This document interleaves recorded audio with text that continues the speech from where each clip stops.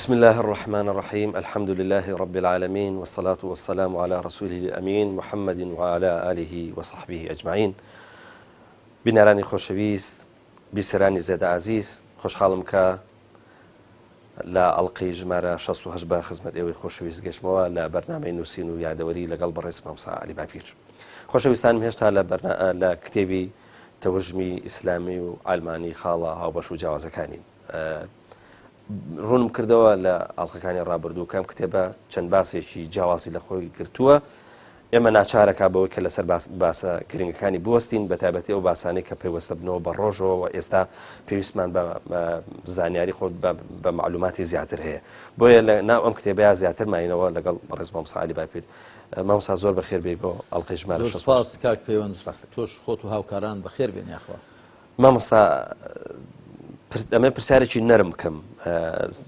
لە ئەڵلقەی ڕابردووە لە کۆتا پرسیارمە قسەمان لەسەر ئەلمانیەت کرد لە دنیا کە ئێستا خەریکە ئەندازەیەک مرونەتێک لە بەرامبەر دینە نوێنێ جاوە بە خۆشی بێ ها بە ناخۆشی بێ یاخود ئەوە ئەمری واقع بێ. هەستەکەین لە کوردستانیشا ینی حەزەکەم بە وجدانەوە ئەم قسەیە بکەین. ئەو تێڕوانینە ئایدۆلۆژیە خەریکە کۆتایی دێ کە ئەلمانیەت تەنیا ئەلمانێتی بوێ بە هەر چۆنێکە دیموکراسیەتە دیکتاتۆریەتە هەر شتێکە بە پێچوانەشەوە ئیسلامی ئەگەر ڕۆژە لە ڕۆژان با بڵێن کارێکی جوان کرا لەلایەن هێزە ئەلمانیەکانیشەوە نەڵێەوە کارێکی باشە. ئێستا دیدێکەیە سەبارەت بە ئیسلامیەکان کە جگای ئەمەل و هیوان، ینی قسەکەم لەسەر ئەوەیە خەریکە دیدی ئەلمانی لە هەرێمی کوردستانیشا سەبارەت بە ئیسلامیەکان ئەگۆڕێەوە. من باوەڕم وایە ئەگەر ئیسلامیەکان ئیشی لەسەر بکەن کەڵام ئیسلامیەکان واتە هێزە ئەو هێزە ئیسلامیانێک کە کاری سیاسیەکەن. تەسەووری ئەوە کەم لە ئایندەیە بەتایبەتی ئەوە ئەو کەسانی کە مەسەلەن بۆن منە لە چوارچەوەری کاری ڕۆشنبیریە لە ئیشەکەن قەناعەتم وایە قەناعەتیان ئێستا لەسەر ئەوەیە کە لە داهاتووە بەدیلی ئەم هێزانەی کە ئێستا هەن ڕەنگە ئیسلامیەکان بن ئەمە لە قەناعەتیشانەوە بێ. بە بۆچوونی من ئەمە ینی بۆ ئیسلامیەکان شتێکی باشە. حەزم کرد ڕێی جەنابیش سەبارەت بەوە بزانم چییە.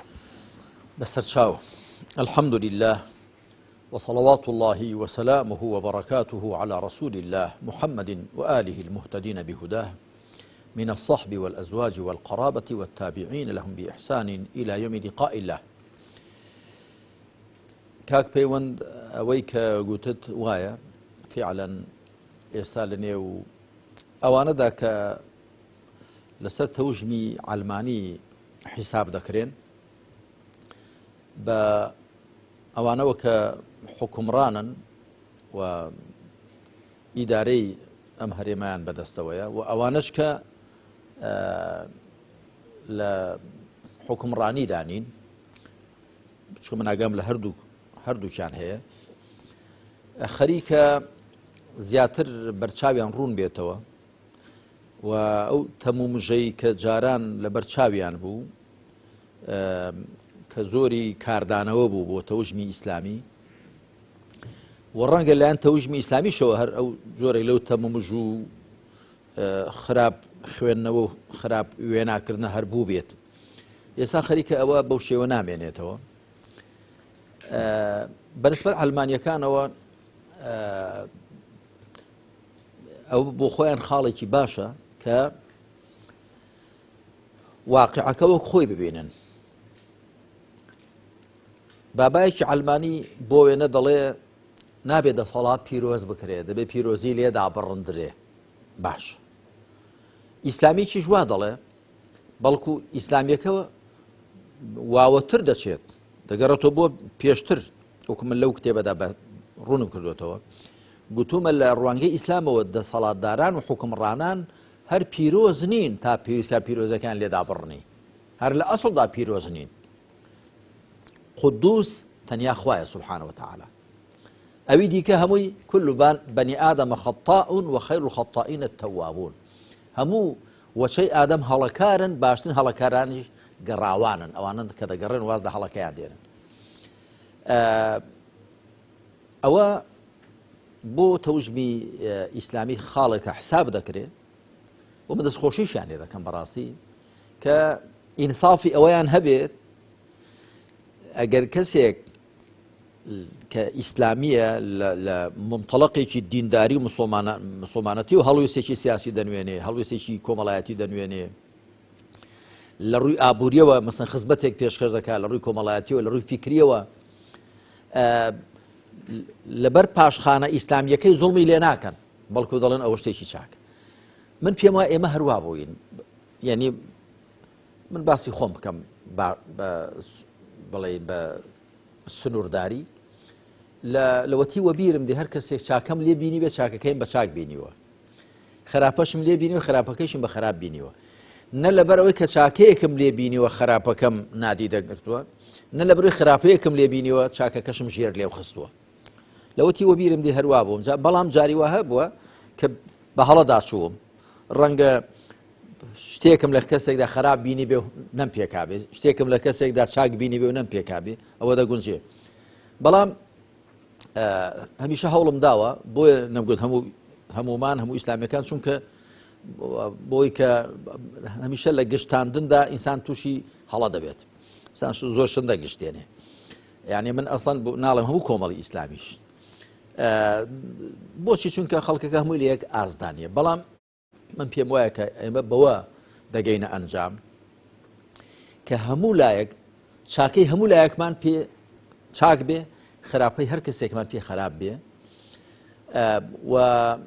زوڵممان هەر پێ زوڵم بێ لە هەر کەسێکەوە بێت و بەرامبەر بە هەر کەسێ بکرێ دادگەریشمان پێ دادگەری بێ هەر کەسێ بیکە و دەرحەق بە هەر کەسێک بکرێ بە ئەوە ئێمە دەتوانین ئەهلی حەق هەمووی لێک نزیک بنەوە کاک پەیوەند خوای پەروەردگار لە سوورەتی ئالی عیمراندا فەرمان بە پێغەمبەر دەکا عەلەیهی سەڵات وەسەلام قل يا أهل الكتاب تعالوا إلى كلمة سواء بيننا وبينكم بەڵێ ئەی خاوەن کتێبەکان وەرن بۆ وشەیە کە یەکسانە بۆ ئێمە بۆ ئێوە واتە وەرە بە دوای خاڵی هاوبەشدا بگەڕێین خاڵی هاوبەشی ئێمە لە هەرێمی کوردستاندا لەسەر ئاستی عێراق ئەوەیە کە دادگەری زیاتر بچەسپێ بۆ وێنەیەکێکە لە خاڵە هاوبەشەکان دادگەری سیاسی ئابووری کۆمەڵایەتی زیاتر بچەسپێت زوڵم و ستەم و چینایەتی زیاتر لا بچێت ئەو خاڵێکی هاوبەشە بە هەمان بۆ خاڵە کار بکەین کە هەمووان لە دادگەری بەهرەمەندین هەمووشمان لە زوڵم زەرەرمەندین بۆ وێنە هەروەها هەموومان لە بەرەو پێشووری زانست فیکر فەرهەنگ هەمووان بەهرەمەندین لە دواکەوتوێتی هەمووان زەرەرمەندین بۆیە من دەبێ هەر کەسێکم بینی لە ڕووی فیکریەوە لە ڕووی هۆشیاری سیاسی هۆشیاری کۆمەڵایەتی هۆشیاری ژیان و گوزەرانەوە باش بوو دەبێت دڵم پێی خۆش بێ جاگەر عەلمانی بێ ئەگەر هەر کەسێک بێ و هەر کەسێکم دواکەوتوو بینی ئەگەر ئیسلامیش بێ دەبێت دواکەوتویەکەیم پێ ناخۆش بێ بۆچکە دواکەوتوی خراپە هەروەها ڕەوشت بەرزی ئەدەب بەرزی یعنی بۆ وێنە نەزاکەتی زمان تعبیری جوان لە هەر کەسێکۆ بێت جوانە بەڵام زمان شڕی ئەگەر لە وتاربێژێکی شۆ بێ هەر زمان شڕیە بەڵکو لە وتاربێژێکەوە کە لەسەر مینبەری پێغەمبەر صلی الله علیه و سلم وەکو من لەو بینی پێشوو کتێبێکم دەرچۆ بە ناوی شێ شایستەی مینبەر و میحرابە باسم کردووە کە کەسێک لەسەر مینبەری پێغەمبەر صلی الله علیه و سلم تعبیری ناڕێک بریندارکەر بەکاردێن یان زۆر سوێن دەخوا یان زۆر دەشیڕێنە هاوار دەکات ئەوە لە ئەو ناشیرینترە وەکو خەڵکێکی بازار چکە بۆ ئەو لە شوێنێکی زۆر مبارەکە و خۆی لە شوێنی کەسێکی زۆر بەرز و بەڕێزە کە پێغەمبەری خوا عەلەیهی سەڵات وسەلام دەبێت بە ئەندازەی بەرزی و ڕێزی پێغەمبەر صلی الله علیه و سلم شوێنەکەی کە مینبەر و میحرابە لە خۆی وریابێ مەبەستم ئەوەیە کە ئێمە ئەگەر ئاوا بە ئینسافەوە بۆ شتەکان یەکدی بڕوانین گوێ لە قسەکان یەکدی بگرین ئەو کاتە ئەوانەی کە ئەهلی حەقن جا لە ڕووی سیاسیەوە لە ڕووی کۆمەڵایەتی لە ڕووی ئابووری لە ڕووی فیکری دەکەونە لایەک هەمومان دەبینە بەرەیەک لە بەرامبەر ئەو شتانەی کە ناحەقن لە هەر بوارێکدا بێ و لە هەر ڕوویەکەوە بێ مامۆستا تۆ گلەیی لە عەلمانەت دەکەی کە لە کۆتایی نیوەیەکەمی سەدەی بیستەمدا لە ڕۆژاوا لە تەنیشت دیموکراسەتی هەندێک لە وڵاتانەوە کەسانی وەکو هیتلەر و مۆسۆلۆنیش بەرهەمهێنێ یاخود دروستەکە من جا بۆی نێوەنگیر بم لەم بینەیە هەڵێ جێڕمەوە پرسیارەکە ئەڵەم ئێمە بۆ واقعی موسڵمانان و بۆ دنیای ئیسلامیش ڕاست نییە کە یعنی ئەم دینە بەم شێوە نەرمونیان و بەم شێوەی کە مەسەلەن بۆن منە لە قورئان و سونەتە هاتووە لەسەر ساری زانان مەسەلەن بۆن منە بەرکەماڵ بووە بەڵام لە واقعی مسلمانانیشا بە سەدان وردە داعش و چوزانم وردە قاعیدەش دروست بووە یعنی هاوکێشەکە بەم شێوەیە ئەگەر لەولاوە دیکتاتۆریەت بەرهەم هات پێ لەم لایەکەی تری شۆ مامۆستایانی باو بڵێن دەسەڵاتێک دروست نەبووە کە هاوکێشەکە پێچەوان نەکاتەوە ینی لەوێ دیکتاتۆرێت بەرهەماتوە لێرەش بەدایان گروپی تون و تیژ و هەروەهاوی کە جەنابەت مەسەلەن بۆن من ناچار بووی کە کتێب لە بەرامبەریانە بنووسیت وە ڕەدیان بدەیتەوە کاکە پەیوەند با پرسیارەکەت ڕاستە وەکو چۆن لە دنیای غەیری ئیسلامدا لە پەنای ئەو نمونە جوانانەی حکمی دیموکراسی و ڕێزگرتن لە مرۆڤ و ڕێزگرتن لە تاک و پاراستنی بەرژەوەندی گشتی تا ڕادەیەک و ئەوانە ڕەچاو کراون لە پەنای ئەو نمونە جوانانە شتی دیکەی پێچەوانی ئەوانەش بووە کە حکمی تاکی و تاکڕەوی وەکو ستالین و وەکو ماوسی تۆنگ و لەوێدا هەر باسی مۆسۆلۆنی و هیتلەرم کردووە بەڵام ستالین و ماوسی تۆنگیشی بخەگەڵ ئەو دوانەی دیکەشوانی دیکتاتۆر بوون بەڵام ئەوان بە ناوی دیکتاتۆریەتی پرۆلیتاریاوە دیکتاتۆریەتی چینی کرێکار کە چینی کرێکاری فەقیر هەر چەوساوە بووە کە چی حیزبی شوعی لە یەکێتی سۆڤێتی پێشوو مارکسی لینینی لەولاش ماوسی تۆنجی حکمی کردووە بە ملیۆنان خەڵکیان قەتڵ عام کردووە هەتا ماوسی تۆنگ لە ژیانەکەیدا لە قسەکانیدا کە چەندەیە حکمی کردووە لێ جێڕدراوەتەوە کە گوتوویەتی ئەوانە بکوژن زەویان پێ بەپیت دەبێ بە ملیۆنان خەڵکی کوشتۆ لەبەرەوە کە پێچەوانی ئیدۆلۆژی فکرەکەی بووە هەروەها ستالین لە سەردەمی ستالیندا بە ملیۆنان خەڵک کوژرا بە تایبەت لە مسڵمانان و ئەوانەی کە نەیاری حکمڕانیەکەی بوون ئەوە دیارە هیتلەر و مۆسۆلۆنیش چیان کردووە وەکو چۆن ئەو لەوێ وا بووە ڕاستە لە جیهانی مسلمان نشینیشدا ئەوە تابیرە ڕاستەکەیە جیهانی مسلمان نشین لەوێشدا فعلا نمونەی خراپ زۆر بوون بەڵام من لێردا مەبەستم ئەوە بووە بڵێم سروشتی ئەلمانیەت ڕێگر نییە لە پەیدابوونی ڕژێمی دیکتاتۆری خۆسەپێنی و ڕژێمی ئۆتۆکراسی تاکگەرایی و هەموو ئەو ڕژێمانەی دیکە کە پێچەوانی دیموکراسی و پێچەوانەی ئەوەن کە بەرژەوەندی خەڵک دابین بێ سروشتی ئەلمانیەت سیکۆلاریزم ڕێگر نییە لەوە بەڵام لە جیهانی مسلمان نشیندا بەڵێ وە بووە کە لەوێ ئەگەر نمونەی حکمی باشیش بووە بەڵام لە جیهانی مسلمان نشیندا نمونەی حکمی باش هەر زۆر کەم بووە دەگمەن بووە جاجەنابەت باسی هەندێک لەو گروپانت کرد من دەڵم پێش ئەوە کاکە پەیوەنجیان دەبێت تۆ تەماشای ئەو حکمە عەسکەرتاریانە بکەی کە لە جیهانی ئیسلامیدا لە میسر و لە زۆر لە وڵاتانی دیکەدا حکمی عەسکەرتاری لە سوودان و لە شوێ و لە شوێ هەروە حکمی بنەماڵەیی میراتی حکمی تاکی ئەوانە کە هەمووشی خۆی بە مسلمان دەزانێ بەڵام جیاوازیەکە یەک شتە سروشتی ئەلمانیەت من تەحەدا دەکەم کەسێک بڵێ ئەلمانیەت دوژی دیکتاتۆریەتی دەڵم لە چ دەقەیەکدا لەکوێدا سروشتی ئەلمانی تێک ناگیرێ لەگەڵ هەر شێوەیەکی دیکەی حکومڕانیدا بەڵکو وەکو چۆن ئەلمانیەت دەگونجێ سیستمی دیموکراسی تەبەنی بکە دەشگونجێ دیکتاتۆری و ئۆتۆکراسی و عەسکەرتاریش تەبەنی بکە وەکو ئێستا وایە بەڵام لە جیهانی مسلمان نشیندا ئەوەی کە مسلمانان دەیکەن پێچەوانەی ئاینەکەیانە ئەمە دەقمان هەیە وأمرهم شورى بينهم دەقمان هەیە يا أيها الذين آمنوا أطيعوا الله وأطيعوا الرسول وأولي الأمر منكم فإن تنازعتم في شيء فردوه إلى الله والرسول إن كنتم تؤمنون بالله واليوم الآخر أي أواني برواتان هنا فرمان بري خواو فرمان بري پیغمبر صلى الله عليه وسلم وهي حکمڕانانێ کە لە خۆتان داتان ناون خۆتان چاودێریان دەکەن خۆتان پەسەندتان کردوون بکەن ئەگەر کەوتنە کێشەوە لە شتێکدا بیجێڕنەوە بەلای خوا و پێغەمبەری خوا مەرجیعێکمان هەیە لە ئیسلامدا بەڵام لە ئەلمانیەتدا کوا یعنی کاتێک کە هیتلەر و مۆسۆلۆنی و ماوسی تۆنگ و ستالین بەو شێوە حکمیان کردووە بیانجێڕنەوە بۆ کوێ مەگەر بگەڕێنەوە بۆ حکمی زکماک و عەقڵ و ئەوانە کە وەش خاڵی هاوبەشە لێنان هەموو بە شەردا مەبەستم ئەوەیە کە ئەو شێوە حکمڕانیە کە بەرهەم هاتووە لە ڕۆژ ئاوا و لە ڕۆژهەڵاتدا لە پەنای عەلمانیەتدا کەواتە سروشتی عەلمانیەت دژی ئەو جۆرە حکمەنیە وە تو تەماشای لە وڵاتی خۆماندا تەماشا بکە خۆ بەڵێ عەلمانیە بێدەسەڵاتەکان ڕەخنە دەگرن دەڵێنەوە عەلمانیەت نییە کە حکمڕانەکان پیادەی دەکەن بەڵام چ بەڵگەیەکیان بەدەستەوە هەیە لە چ دەقێک لە کوێدا هەیە کە بڵێ کاکە ئەوەی تۆ دەکەی ئەوە پێشەوانەی سروشتی عەلمانیەتە ئەوە لێرە حکمڕانیش دەکا خۆشی بە عەلمانی دەزانێ و کەمینەیەکیشی کردو بە مریار لێر و دەشڵە عەلمانیم و ئەوەی دیکەش بەڵگەی بەدەستەوە نییە بەڵگە بێنێ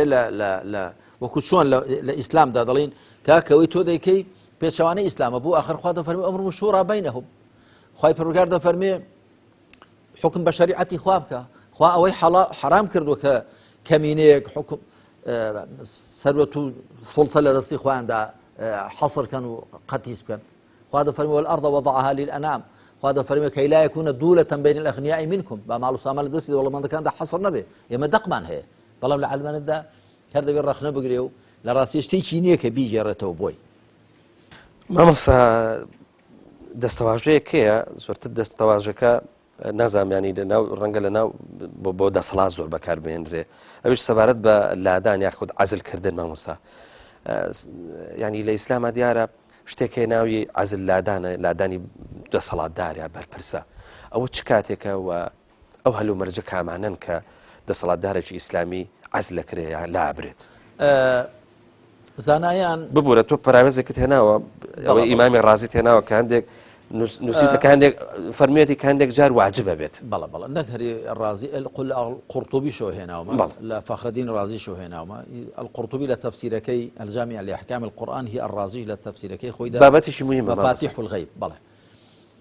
زانە ئیبن عەطیە لە کتێبی التحرير الوجيز في تفسير كتاب الله العزيز وهروها زاناين دیکە هەموو هێناویانە دەڵێن هەر حکمڕانێک ڕاوێژ نەکا فعەزله واجب ڕاوێژ نەکا طبعا ئەوان بەنسبەت واقعی خۆیانەوە قسەیان کردووە نەیان گوت هەر حکمڕانێک بە ڕاوێژ نەهات بێت چکۆ هیچی بە ڕاوێژ ناتون بە میراتی بووە باشەوە بە میراتی هاتی بە زیادی خێر نەبی ئەوە هاتووی ئەو کورسی و وڵات و خەڵکەت بە میرات گرتووە وەکو چۆن مەڕووماڵ بە میرات دەگیرێ کاتی خۆی یەکێک لە خدێوی میسر ڕاپەڕیوە توێتی إن الله تعالى خلقنا أحرارا ولم يخلقنا عقارا والله لا نورث بعد اليوم خوا ئێمەی بە ئازاد خوڵقاندووە ئێمەی زەوی زەر نەخوڵقاندووە تاکو بە میرات بگیرین لەمە دوانای بە میرات بگیرین مەبەستم ئەوەیە کە ئەو دوو زانایە و زانایانی دیکە دەڵێن حکمڕانێک ڕاوێژ نەکا پێویستە لا بدرێ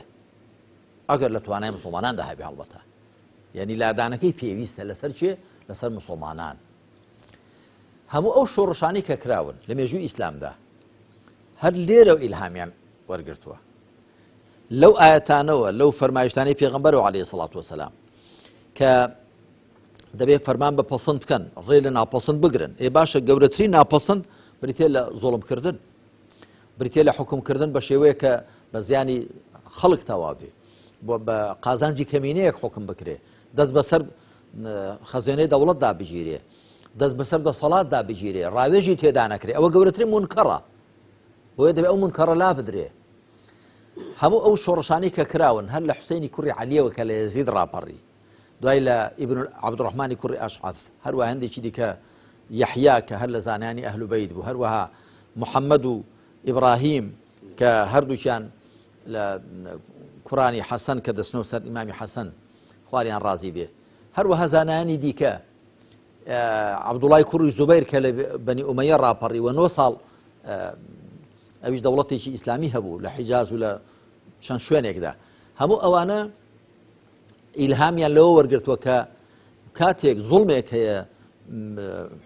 حکم بە شەریعەت ناکرێت زوڵم لە خەڵک دەکرێت دەست بەسەر بەیتوڵماڵدا دەگیرێ دەبێت دەستی ئەوانە بگیرێ مامۆستا با من پرسیارەکە بەنێو ئەژیتر بکەم بۆی تۆ درێژە بەم باسە بدەیت چونکە پرسیاری دوای ئەمەشم هەر پەیوەندی بە ئەم مەوزوعە هەیە طبعاً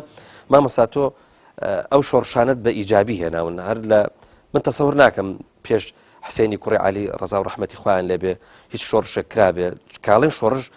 یعنی ئیجابیەتەکەی ئەوەیە کە جەنابەت هێناوتە ئەم شۆڕشانە کراون لە کاتێکە دەسەڵاتەکە دەسەڵاتێکی ئیسلامی بووە یعنی زۆر ئەمە بە خاڵێکی نەرێنی لە لای هەندێکان دیارە تەنانە لای جگە لەوەی کە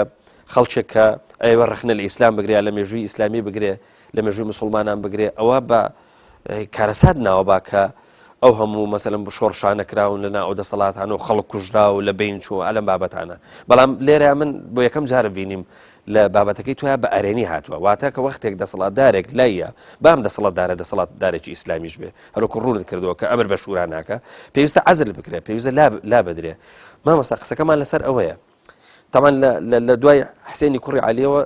کچەم شۆڕشێکی تریش کراوە لەناو دەسەڵاتی ئیسلامیە ئەمانە هەمویان دژی ئەوانە ڕاپەڕیون کە بە جۆرە لە جۆرەکان دەسەڵاتی ئیسلامیش بوون سیر ئەوەیە کە مامەستا تۆ بە ئیجابی لێرە باسیەکەیت لە کاتێکا زۆرینی مسلمانان کە باسیەکەن یعنی حراجە بن لە بەردەمیە ینی هەست بە علاساس هەست بە خەجاڵەتیەکەن کە لە ناو دەسەڵاتی ئیسلامیە ئەم بەیەکدا کێشان و ئەم چوزانم شەڕ و کوشتارە تەقریبانم کاک پێوە میزان و تەرازوی ئێمە بۆ هەڵسەنگاندنی ئەو شۆڕشانە و ئەو حکومڕانانی کە ئەو کاتە حکمیان کردووە ئەو خەڵکانە لە دژیان ڕاپەڕیون بریتێ لە چی خوا دەفەرمێ يا أيها الذين آمنوا أطيعوا الله وأطيعوا الرسول وأولي الأمر منكم فإن تنازعتم في شيء فردوه إلى الله والرسول إن كنتم تؤمنون بالله واليوم الآخر ذلك خير وأحسن تأويلا بابي جرنو بولاي ترازو قرآن والسنة قرآن والسنة شيمان في ظلام خاي برغار لسورة البقرة دا لولام إبراهيم دا عليه الصلاة والسلام كخواد فرمي وإذ ابتلى إبراهيم ربه بكلمات فأتمهن قال إني جاعلك للناس إماما قال ومن ذريتي قال لا ينال عهد الظالمين ياتكو كاتك پروردگار إبراهيمي بچند وشيك بچند أرچيك تاقي كردو تواوي كردن أمجا خواه فرميدت كم بپيشوا بو خلق شو تاقي كردنو كان تواو كردن ليان درشوي قوتي أدي بو لوشكشم من دالكانشم پێشەوایان دادنەی خوا فەرمووی لا ينال عهد الظالمين پەیمانی من ستەمکاران ناگرێتەوە لە وەچەکەی تۆ ئەوەی کە ستەمکار نەبێ دەیگرێتەوە بەڵام ئەوەی ستەمکار بێ نەخێ نایگرێتەوە ئەوە یەک لە دوو شوێنی قورئاندا خوا لەعنەتی لە زاڵمان کردووە لە سوورەتی هوددا خوا دەفەرمێ ئەلا لعنة الله على الظالمين ئاگادار بن نەفرینی خوا دووری خوا لە ستەمکاران لسورة الأعراف إذا فرمي فلعنة الله على الظالمين نفرين إخوان الاستمكاران بحشة كاتي إخوان نفرين الاستمكاران بكا وإخوان بفرمي استمكاران بيماني من نايان قريتو ببنا بيشوا كواتا كسيك استمكار بي أهلي جور بي أهلي ظلم بي خوصبين بي معناه الروايتينية ليه جانك روايتينية وقتك معاوية بزور دي بيعت بۆ یەزیدی کوڕی وەردەگرێ هاوڵان خۆ بێدەنگ نەبوون عائشە قسەی کردووە عەبدوڕەحمانی کوڕی ئەبوبەکر قسەی کردووە عەبدوڵای کوڕی زوبەیر قسەی کردووە و دوایی حوسێنی کوڕی عەلی ڕاپەڕیوە هاوڵانی دیکە قسەیان کردووە بۆ نەبێ ئەو شتە هەروە بە بێدەنگی نەڕۆیشتووە کەواتە بۆچی چونکە گوتوانە ڕەوایەتی نییە بە زۆر بەیعەتی بۆ وەرگیراوە و خەڵک ناچار کراوە ترسێنراوە ڕەوایەتی نییە و دواییش کە بۆتە حکمڕانیش هەیان بۆ ڕەوایەتی نەبووە بەڵام دوایی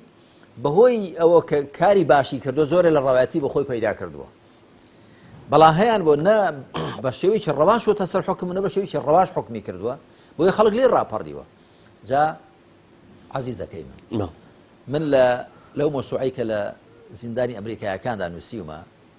موسوعة الإسلام كما يتجلى في كتاب الله لشابي دومي دا لكتابي يازديم دا بناوي الدولة في الإسلام يا معالم الدولة الإسلامية كدولة شخصت لا برزيات له لبدا باسم كردوا ك هندق لزاناني إيما بوين ابن العربي المالكي كخاوني كتابي أحكام القرآن وخاوني كتابي القواصم من العواصم من القواصم باريزر كان لبشتيانا كان ضليه حوسین خوا لێ ڕازی بێ کە لە یەزید ڕاپەڕی هەڵەی کرد چونکە پێغەمبەر عەلەیهی سەڵات وسەلام فەرموویەتی نابێ کەس لە دژی حکمڕانان ڕاپەڕێ وئین ئەخەدە مالەکە وەضەرەبە ظەهرەک ئەگەر لە پشتیشت دا و ماڵیشت بخوا نابێ موێ بپسێنی کە پێغەمبەر سەڵات وسەلام نەفەرمووە. ابن العربي كما رخنام لي قلت له موسوعي خوم ده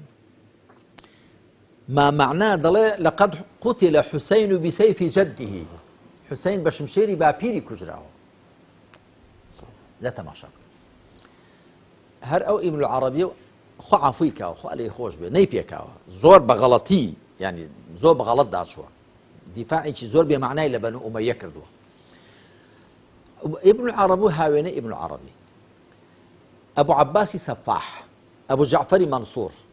حكم كان بالرواد زان بو شون كسر كوتون أبو عباسي سفاح أبو جعفري منصور كبراب لدجي شهر رابرين لدجي بني أمية حكم كان بو الرواية آخر سر كوتن حسين بو الروانية عبد الرحمن كوري أشعث بو الروانية محمد وإبراهيم إبراهيم بو الرواني لدجي أوانا الرابرين آخر سر كوتن تماشاي هەندێک لە زانایانی ئێمە زۆر تەسلیمی ئەو واقعە بوون کە تێدا ژیاون ئێمە دەبێت تەسلیمی وەحی بین نابێ کاریگەری واقع گوشاری واقعە کە هێندە لەسەرمان زۆر بێ ئاگامان لە وەحی نەمێنێ ئەی ئیبن العەرەبی ڕەحمەتی خوا لێبێ ئاگا لە فەرمایشتی خوا نێ دەفەرمێ ئەلا لەعنەت الله عەلی الظالمین باشە کەسێک زاڵمێک مەلعون بێ چۆن دەبێ ببێتە ئیمامی موسڵمانان ئەی خوا نافەرمێ لا ينال عهد الظالمین پاشان پێغەمبەر عەلەیهی سەڵات وسەلام کە دەفەرمێ ئەگەر حکمڕان لە پشتیشی دای و ماڵیشی خواردی ئەگەر ڕیوایەتەکە ڕاستیش بێ مەبەستی لە شتێکی شەخسیە نەک بە گشتی زۆڵم بکات لە خەڵک بلەما جیاوازیان کردووە بۆ چونکە تۆ جاری وا هەیە لە بەرامبەر حکمڕانێکدا تو خۆت بە مەزڵوم دەزانی بەڵام بەرژێ مەزڵوم بی حکمڕانەکە سزایەکی داوی ڕەنگە نەی پێکابێ ڕەنگە پێکابێتی تۆ تۆ بە زۆڵمی بزانین بەڵام ڕەنگەوە نەبێ بەڵام وەختێک زۆڵمەکە دەبێت شتێکی گشتی زۆڵم لە هەمووان دەکا هەر کەسێک بڵێ لەل وەکو عەبدولمەلیکی کوڕی مەڕوان کابرای پێگوت ئیتەقی الله تی گوێ لەبێ تی بەڵێ تی جارێکی دیکە هەر کەسێک پێم بڵێ ئیتەقی الله بەر لەوە قسەکە لە دەمی دەرچێ سەری لێ دەبێتەوە وتی بۆ ئەمیری مؤمنین وتی بۆ وتی دەنا خەڵک بە ئەوبەکر و عومەر دەگوت ئیتەقی الله وتیوە سەردەمی ئەوبەکر و عومەر بوو من شتێکی دیکەم ئێوە چێوە هیچ عەلاقە بە ئیسلامەوە نییە هیچ پەیوەندی بە ئیسلامەوە نییە و حکمڕانی بووە و دەسەڵات بووە و تەواو جا کاکە پەیوەندیان بۆیە هەموو ئەو شۆڕشانی کە کراون بەڵێ شۆڕژێر بوون بەڵێ ویستویانە ئەو زوڵمە گشتێکە هەیە لەلایەنێ حکمڕانەوە لای بەرن و ئەوانە شتێکی زۆر باشیان کردووە بەڵام بێگومان جاری واشە بۆ کەسانێک لە دژی هەندێک لە حکمڕانان ڕاپەڕیون وەکو قەڕامیتە و زونوج و ئەوانە ئەوە حسابی دیکەیەوە بەڵام ئەو گەورە پیاوانە نەوەی پێغەمبەر صلی الله علیه و سلم حوسێنی کوڕی عەلی کە حوسێنی کوڕی عەلی لە کوفەوە نامەیەکی بۆ دەچێت بە تۆمار پێچراوەتەوە 6,000 ئیمزای پێوەیە 6,000 ئیمزا دەڵێن ئێمە مەسئولیت دەخەینە ئەستۆی تۆ نەوەی پێغەمبەری صلی الله علیه و سلم کوڕی عەلی کوڕی ئەبی تالیبی خەڵک متمانەی بە تۆ هەیە کاکە وەرە ئێمە لەدەست حکمی یەزید نەجاتدا ئەوەش ئیمزای ئێمە کە حوسێن خواری ڕازی خۆی پەلی ماڵ و منداڵی دەگرێت و خزمەکانی و 6-7 کەسێک دەچن لەو شوێنێک ئێستا پێ دەڵێن کەربەلا لەوێ ئەو لەشکرە کە دەوری دەگرێت هی حوسێن و خزمەکانی حوسێن دەڵێ کاکە چیتان لە من دەوێت دەڵێن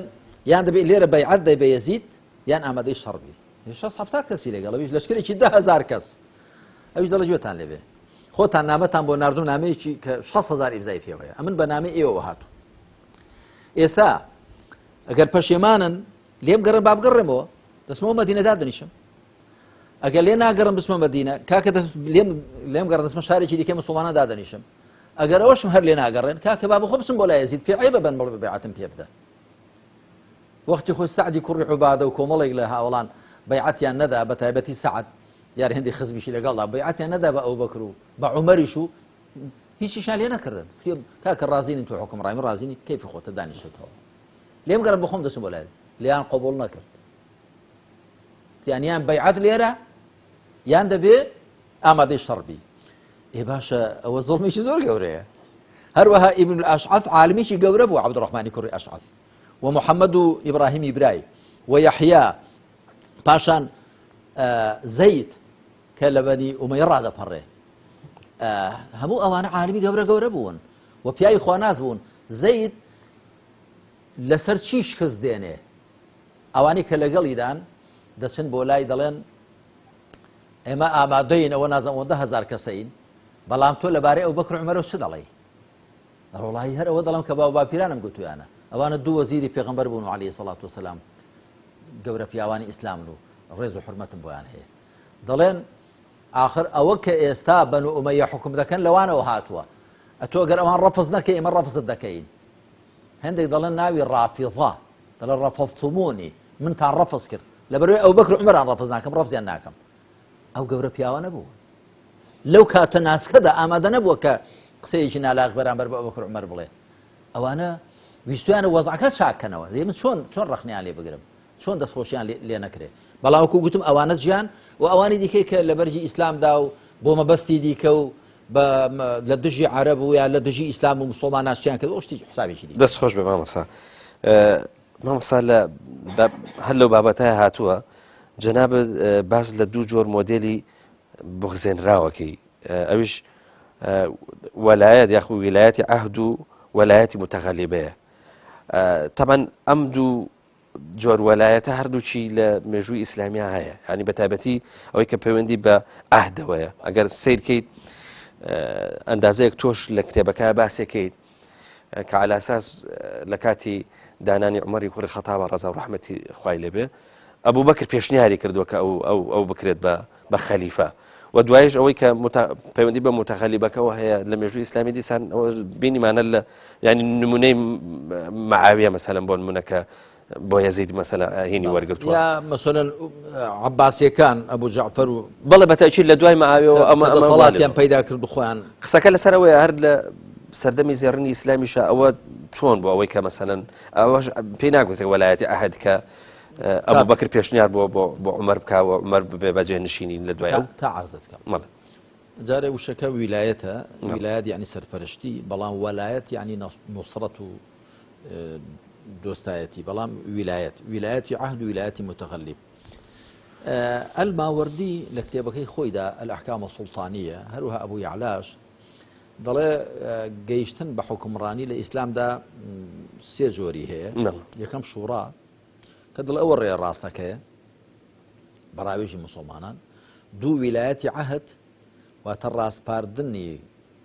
حوکمڕانی پێشخۆی، پێشنیارکردنی بۆ کە فڵان کەس لە دوای من ئەوە بێ. ئەوی دیکەش ویلایەت التەغەلب یا المتەغەلیب، کەسێک کە زاڵ دەبێ و دەسەڵاتی هەیە و خۆی دەسەپێنێ. کاک پەیوەند من بۆیە ڕەخنەم لەو دوانە گرتووە، لە ڕاستیدا ئەو دوانە هیچ پەیوەندیان بە ئیسلامەوە نییە. ئەوە کە لەبەر ئەوەی حوکمڕانی پێشێ گوتوێتی من پێشنیار دەکەم فڵان کەس حوکمڕان بێ ئۆتۆماتیکی ببێتە حوکمڕان، لە ئیسلامدا شتی وان نییە. ئەوەی ئەبوبەکر خوا لێ ڕازی بێ ئیبن تەیمیە لە کتێبی منهاج السنە نەبەویەدا کە لە من لە کتێبەی خۆمدا لاپەڕەکەیشیم هێناوە لە بەرجی یەکەم دەڵێ عومەر بوو بە حوکمڕانی مسلمانان نەک لەبەر ئەوەی ئەبوبەکر پێشنیاری کردبوو، بەڵکو لەبەر مسلمانان بەیعەتیان پێدا. ئەگەر مسلمانان بەیعەتیان پێ نەدابایە گوتبیان وەڵا پێمان باش نییە، پێشنیارەکەی ئەبوبەکر جێی خۆی نەدەگرت. پێشنیاری ئەبوبەکر خواری ڕازی بێ پابندکەر نەبووە بۆ مسلمانان، بەڵکو گوتێتی من وای بە چاک دەزانم کە ئەو وای بە چاک زانیوە واقعەکەی ڕاست خوێندوێت و مسلمانانی وایان بە چاک زانیوە و فعلا سەداسەدیش پێکاویەتی. چێ لە عومەر شایستەتر بۆ ئەو کاتە؟ کەواتە ئەوە بەنسبەت ویلایەتی عەهدەوە. جا ئەوە دەڵە کاتی خۆی کە معاویە دەچێت عەبدوڵای کوڕی زوبەیر و عەبدوڵای کوڕی عەباس و عەبدوڵای کوڕی عومەر و ئەوانە عەبدوڕەحمانی کوڕی ئەوبەکر سەدیق کۆ دەکاتەوە، دەڵێ ئێوە یەزیدی هاوتەمەنی ئێوەیە و من ئێستا دەمەوێت بەیعەت بۆ یەزید وەربگرم بۆی لە دوای من نەبێتە کێشە و ئەوانە. عەبدوڵای کوڕی زوبەیر پێشنارێکی بۆ دەکا، دەڵێ تۆ شتێک بکە، یان وەکو پێغەمبەر بکە عەلەیهی سەڵات وەسەلام، یان وەکو ئەبوبەکر بکە، یان وەکو عومەر بکە. دەڵێ چیان کردو ئەوان؟ دەڵێ پێغەمبەر سەڵڵەهو عەلەیهی وسەلەم وفاتی کرد و کەسی دانەنا، بەڵێ ئاماژەی کردووە کە ئەو بەکر پێشنوێژی بۆ مسلمانان بکە بەڵام دەق نەبوو لەسەرەوەی کە ئەو خەلیفەیە بۆیە مسلمانان تێدا کەوتنە ڕاجایی یان وەکو پێغەمبەر صلی الله علیه و سلم کە کەسی دانەنا یان وەکو ئەبوو بەکر بکە کە پێشنیاری کرد بۆ کەسێک کە حزبی خۆی نییە پێشنیاری کرد بۆ عومەر کە عومەر لە بەنی تەیم بوو لە بەنی عەدی بوو بەڵام ئەو بەکر لە بەنی تەیم بوو یان وەکو عومەر بکە کە کردی بەڕاوێژ لە نێوانی 6 کەساندا کە لەوان شایستەتر نەبوون گوتی هەر ئەوە گوتی بڵێ گوتی نەخێرە من وا ناکەم دەڵێ ئەو کەسەی کە شمشێر وەشێن بەسەریەوە بوو شمشێرەکەی دەرکێشا گوتی الخەلیفەة هذا ئێستا معاویە فإن مات هذا فهذا ئاماژەی بۆ یەزید کرد فمن ئەبا فهذا ئەوی ناڕازیش بوو ئەوەیە چ علاقەی بە ئیسلامەوە هەیە ئەو تەغەلوبە ئەو میراتیە جا بەڵێ معاویە بە زۆر بەیعەتی بۆ وەرگرت نەک پێشنیار و پاشان ئەوە نەبوو پێشنیار کات بە چاکترین کەس بزانێت دەخوات چێ چاکە و خزبی خۆشی نەبێ یخۆ هاوڵان لەسەر ئەوە ڕەخنانێتەنە تۆ یەزید بە کەڵک نایە تێبینیان لەسەری هەبووە توانە شەراب خۆرە گوتوانە ئاوایە کۆتربازە چییە لە کتێبەکاندا هەیە هەموو ئەو شتانە و الذهبي لە سیر و ئەعلامی النوبەلا وەکو من لە کتێبی دووەمی مەوسوعەی بیرکردنەوەی ئیسلامی لە نێوان وحی واقعدا گوتومە الذهبي دەڵێ یەزید بەوە مرد شەرابی خواردبەوە سەرخۆش بوو ڕەقسی کرد سەری بە دینگەیە کەوت مێشتی پڕشە ئەوە شێوە مردنەکەشی بەو شێوە بوو الذهبي کە قوتابی ئیبن تەیمیە ڕەحمەتی خوای لێبێ جا ینی وە نەبێ پیاوێکی چاکی دانابێت و ئەوانە بە زۆریش بەیعەتەکەی بۆ وەرگرتەوە کەواتە ئەوەی ئەبوو بەکر کە پێشنیاری کردووە و بۆ باشترین کەس کە خزمی خۆی نەبووە و باشترین کەسی ئەوە بۆ زۆر جیا لەوەی کە معاویە بە زۆر بەیعەتی بۆ یەزیدی کوڕی وەرگرتووە مامۆستا تەنها چەند ولايەتی تەغەلوبیش متەغەلیبیشەوە کە کەسێک دەسەڵاتی هەبوو هەندێک لە زانایان گوتویانە من اشتدت وطأته وجبت طاعته ئەوی دەسەڵاتی زۆر بوو پێویستە بە قسەی بکرێ جا من لە کتێبێکی خۆمدا گوتومە ئەگەر بەو پێ بێنە دەبوو نە موسا لە قسەی فیرعەون دەرچوو باو نە ئیبراهیم لە قسەی نەمرود دەرچوو باو نە محەممەد لە قسەی ئەبوو جەهەل دەرچوو با سەڵات و سەلامی خوا لەسەر پێغەمبەران و نەفرینی خوا لە دوژمنانی خۆسە پێنووسەمکار ئەوە لە ڕاستیدا ویلایەتی تەغەلوبی علاقەی بە ئیسلامەوە نییە وەکو واقعەکە وابوو ینی چێ دەسەڵاتی هەبوو خۆی سەپاند وەکو چۆن ئێستا شەروایە بەڵام ئەوی چ علاقەی بە ئیسلامەوە نییە لە ئیسلامدا حکومڕانی هی خەڵکە ئەسڵی بەرپرسیارەتەکە هی خەڵکە السیادة للناس يعني حکومڕانی هی خوایە خوا حەڵاڵ و حەرام دادنێ بەڵام سیادە و حکم و دەسەڵات هی خەڵکە بەو کەسەی دەستپێری کە پێیان شایستەیە بەڵێ مامۆستا لە کۆتایی بەرنامەکە ئەمە پەرەگرافێک بخوێنمەوە لە کتێبەکە جەنابەت دەنووسی بێگومان ئەوەی کە بە ئاین دینی خوا دادەنرێت بۆ ئێمە پابندکەر مولزیمە تەنها و تەنیا کتێبی بێخەوشی خوا و سنەتی ساغ و ڕاستی پێغەمبەری خوایە و غێری ئەو دوو سەرچاوە ڕوون و چەند و چوونە ئەوەی دیکە قسە و فتوا و بڕیار و ئیجتیهادی هەر کەسێک بێ هەر بە بەرهەم و کەلەپوری زانایان و جۆری تێگەشتنی ئەوان لەبارەی قورئان و سنەتەوە دادەنرێ و بۆ ئێمە پابندکەر نییە و ئێمە لە بەرامبەریدا ئازاد و سەرپشکین و ئەقڵمان بڕی وەری دەگرین و ئەقڵمان نەیبڕی هیچ بەسم هەیە ئەم پەراگرافە چیمان پێڵێ وڵای ئێستاش هەروە دەڵێم هەردووبارە بیخوێن ئەو قسەی ئێستاشمە کاک پەیوەند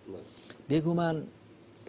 خوا ئێمەی پابند کردووە بە ئاینی خۆیەوە ئاینی خوا سبحانه وتعالى چییە کە خوا سبحانه وتعالى دەفەرمێ ئەن ئەقیموا الدین ولا تتفرقوا فيه دین بەرپا بکەن تێیدا پەرتەوازە مەبن دین بریتێ لەوە کە خوا فەرموویەتی لە کۆتا فەرمایشت و کەلامی خۆیدا و پێغەمبەر عەلەیهی الصەلاة وەسەلام یان فەرموویەتی یا کردوویەتی یا دانی پێداهێناوە واتە ڕێبازی پێغەمبەر عەلەیهی الصەلاة وەسەلام ئەوە دینە ئەوەی دی فعلا ینی ئەگەر نەک هەر قسەی زانایەک بێت ئێستا لەم سەدەی 21دا لەم سەدەی 15 کۆچیدا بەڵکو ئەگەر قسەی ئەبوبەکر و عومەریش بێ خوا لێیان ڕازی بێ کە گەورەترین کەسن لە دوای پێغەمبەر صلی الله علیه وسلم معتەبەرترین کەسن لە ئیسلامدا ئەگە قسەی وانیش بێ هەر بە قسەی ئەوان لە قەڵەم دەدرێ بە دین لە قەڵەم نادرێ عەبدوڵای کوڕی عەباس لە مەجلیسێک دانیش بوو شتێکی باس کرد گوتی پێغەمبەر عەلەیهی سەڵات وەسەلام وای فەرمووە یەکێ گوتی دەنا ئەبوبەکر وای گوتووە عومەر وای گوتووە عەبدوڵای کوڕی عەباس زۆر حورمەتی بۆ ئەبوبەکر و عومەر گوتی وەڵای هەر چاکە بەرتان بەسەدا نابارن گوتیان بۆ گوتی من دەڵێم پێغەمبەر سۆسم ئێوەش دەڵێن ئەبوبەکر و عومەر تەماشای ئەمن باسی فەرمایشتی پێغەمبەر دەکەم سڵ ئێوەش قسەی ئەبوبەکر و عومەرم بۆ دێنەوە لە بەرامبەر قسەی خوا و پێغەمبەری خوادا قسەی هیچ کەسێکی دیکە وەرناگیرێ وەکو کە تێک گیرە لەگەڵ قسەی ئەواندا و ئەبوبەکر و عومەر خوا لیان ڕازی بێ لە هەموو کەس مطیعتر و ملکەشتر بوون بۆ خوا بۆ پێغەمبەری خوا صلی الله علیه وسلم و پابەندتر بوون بە قورئان و بە سونەتەوە جا ئەگەر ئەوان وا ئەدی خەڵکی دیکەی غەیری وان دیارە باشتر دەبێ وابێ کەواتە کاک پەیوەند ئەوەی کە سەری لە موسڵمانان شێواندووە ئەوەیە کە